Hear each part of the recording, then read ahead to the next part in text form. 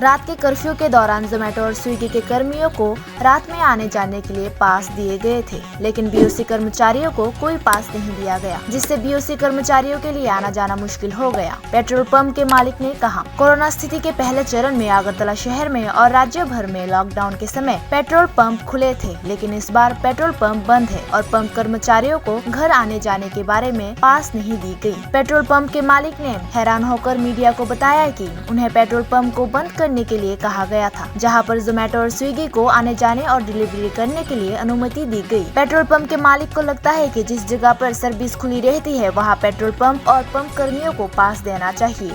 এটাতে এমবাসকে যদি কোনো একটা সিচুয়েশন হয়, এখানে আমাদের গাড়িগুলি মুভমেন্ট করতে এই জন্য একটা পেট্রোল পাম্প শুধু খোলা থাকতে হয়। এটা আমাদের ইন্ডিয়ান অয়েলের গাইডলাইন এবং স্টেট গভর্নমেন্টও তাই বলে। কিন্তু আজ এবার দেখলাম 6টার সময় কারফিউ জারি করেছে। গতবার যখন কারফিউ ছিল, লকডাউন ছিল, আমাদের পাম্প কিন্তু খোলা ছিল, কিন্তু এবার দেখলাম 6টার লগে আমাদের স্টাফগুলো বা 6টার পরে গেলে পুলিশ হ্যারাস করছে।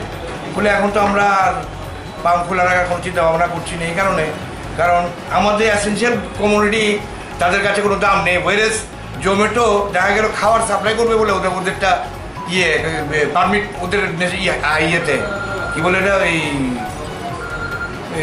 কারফিউতে পাস আছে, আর অবশ্য আমাদের কোনো পাস দিনে আমাদের 6টার সময় বন্ধ হওয়ার কথা, 6টার সময় বন্ধ করে 6:10 গেলেই হ্যারাসমেন্ট করছে।